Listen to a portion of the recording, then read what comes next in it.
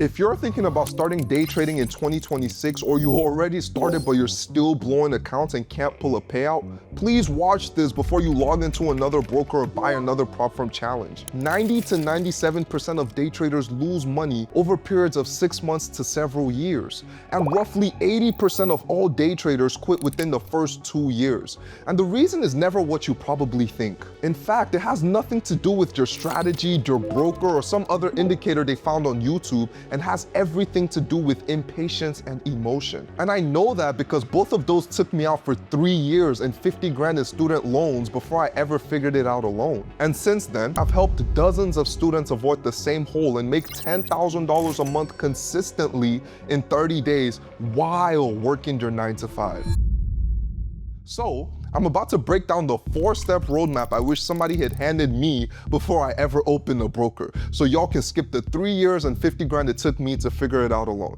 And I promise you that if you follow this roadmap from A to Z, you'll be surprised how fast you can replace your salary with consistent weekly payouts. So, let's get right into it. So step number 1, locking in a steady paycheck before you ever think about logging into a broker. And the reason I'd say that comes straight out of what happened to me when I didn't have one. So freshman year of college, I took an extra 5 grand in student loans under housing and food, dropped 2,500 of it into spy calls on Webull on my first ever trade. And I watched the account get cut in half in seconds with my hands literally shaking on the sell button. And the lesson that took me years to figure out is that when you trade with money you owe, your hand shakes on every single entry every single time. Which is why every single one of my students hears me say strategy is only 20% of this game and systems are the other 80%. But trust me, none of that even matters until you've got a paycheck coming in every month covering your rent and your bills. Because the moment your rent money is on the table, the discipline disappears. And one bad trade turns into 5 before you even realize what happened. So before y'all open a broker, lock in a paycheck, even if it's just a part-time grocery job at $7 an hour like I had, or a side hustle, or a 9 to 5. Because that paycheck is what's going to give you the calm to follow a system later when the trade starts going against you. Now, once that paycheck is locked in, step number 2 is your starting capital. Because before you ever take a trade, you need a buffer in cash that's set aside specifically for trading. The bare minimum I'd want to see in your account is 1 to 2 grand saved up, completely set aside, untouchable for rent or food. And if you don't have 1 to 2 grand sitting there right now, you're still at step 1. Your job at this stage is to keep working that paycheck until you've got the cash actually saved up. Because the second you trade with money you need for rent or food, your hand starts shaking on every entry just like mine did on that first spy trade. And the reason I'm saying 1 to 2 grand and not just the cost of one eval is because you're gonna fail, and resets cost money, and buying a new account when you bust one on a weird chart day cost more on top of that. And all of it is the cost of learning to trade. The buffer is what keeps you in the game when those things happen. And once you've got the cash saved,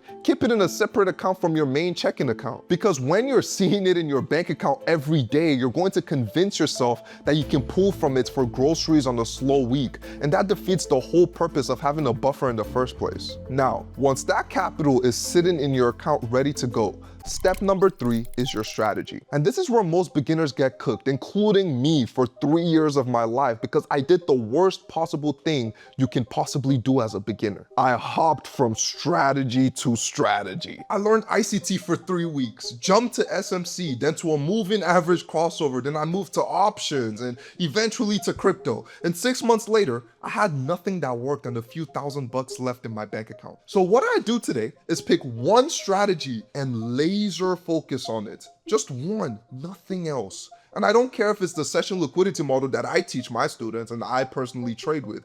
I mean, although that is the one I'd highly suggest, obviously. But it could be ICT or some breakout system or any other strategy with a proven edge and a community of traders behind it running the exact same model. The only thing that matters is that you pick one and stick with it long enough to master it. And when y'all are picking your one strategy, the things to look for are pretty simple. You want a strategy that's mechanical, meaning every every decision has a clear rule, so emotions stay out of every entry and exit. You want a strategy that's been back-tested on thousands of trades, ideally one with documented results from somebody who's been running it live for years, not just a guy on TikTok with 3 months of cherry-picked screenshots. And you also want a community of other traders running the same model. Because trading is lonely, and having people who are seeing the same setups you're seeing on the same days is the difference between giving up at month 2 and pushing through to month 4 when things finally start clicking. And once you pick your strategy, you have to give it at least 3 to 6 months. 3 to 6 months of real reps before you even consider switching. Because most strategies have a learning curve where it feels like nothing's working for the first 30 to 60 days while your brain is calibrating to the patterns. And I see too many people quitting right at the point where the strategy would have started clicking. But because they switch to a completely new thing, they restart the calibration clock from 0 and then quit again. And the way y'all can tell the difference between a strategy that's failing you and one you just need more reps on is to go look at your trade history. If you're following the rules to the letter and the win rate is way below what the strategy claims, the strategy is the problem and you're justified to switch. But if you're skipping setups or breaking rules mid-trade, switching strategies just resets the clock without fixing the root issue, which is your discipline. So make sure that before you ever swap models, demo trade the strategy for another 30 days with rules you don't break. Because once y'all find your winning strategy and stick with it long enough, that's when consistent payouts start showing up week after week. And that leads me into step number 4, the actual trading strategy I would follow. Now for me, that winning strategy I picked back then and the same one I'd pick again from 0 today is the session liquidity model, which is also what I teach all my students inside the day trading accelerator. And the reason I pick it again from 0 is because it's completely mechanical, which means the rules are simple enough for a beginner to follow, but precise enough that experts run it on full-size accounts, and the entire framework is built around levels the institutions hit every single day. The session liquidity model breaks down like this. Every single morning, I mark out the New York, London, and Asia session opens, plus the highs and lows of each session, and then I'm just waiting for price to come in and sweep one of those levels. Once that sweep happens, I'm looking for a 3 or 5 minute inversion fair value gap to take my entry, with my stop sets just above the candle that caused the inversion and my take profit at the next session liquidity level, or a fixed 1 to 1.5 or 1 to 1 risk to reward ratio. Then I walk away from the screen and let the system do its thing. And the reason this works is because session opens and session highs and lows are where institutional algos park their orders. So when price sweeps one of those levels, you're seeing institutional money pulling stops or filling orders, which is what gives the next move the legs to follow through. The inversion fair value gap is simply the signal that confirms the sweep was real and not just chop. Because without that gap forming after the sweep, the move can keep running against you. The stop above the candle that caused the inversion is the tightest invalidation point you can use, which is why the risk to reward holds even at 1 to 1 or 1 to 1.5, because the stops are small relative to the wins. And taking profit at the next session liquidity level means you're pulling money out exactly where the next batch of orders is sitting, instead of holding for some random target you made up in your head. Now, I only run this strategy on the New York session, and I'd be done by 9:30 in the morning every single day.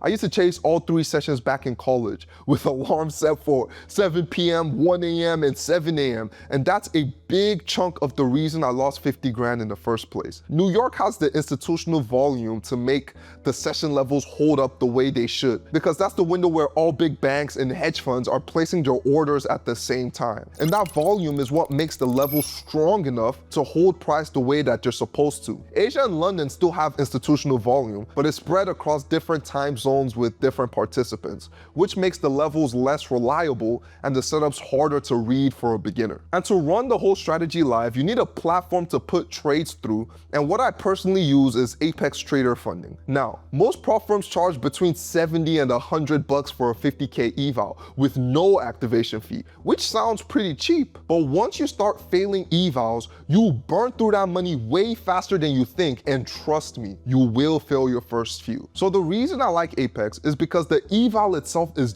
dirt cheap, and the $100 activation only hits once you pass, which means by the time you're paying that 100, you've already made it through the hard part. So if you do the math, by the time you pass an eval at Apex, you spent maybe 130 bucks total. While at other brokers, that same path runs you 300 plus before you ever get funded. And on top of that, if you go check out the link in the description below, it auto applies my code DAY and knocks the eval down to $35. So go below, get signed up, and you're good to go. So with the strategy and the platform locked in, my whole routine inside New York is take one trade and walk away. The second you start adding trades, trying to make back a loss or stack on top of a winner, you're done for the session. One trade a day keeps the 9 to 5 away, and that's the catchphrase I built my whole channel on because it's how I trade every single morning. I click confirm and I'm done. The trade plays out on its own while I'm at the gym or grabbing breakfast with my girl, and whatever it does,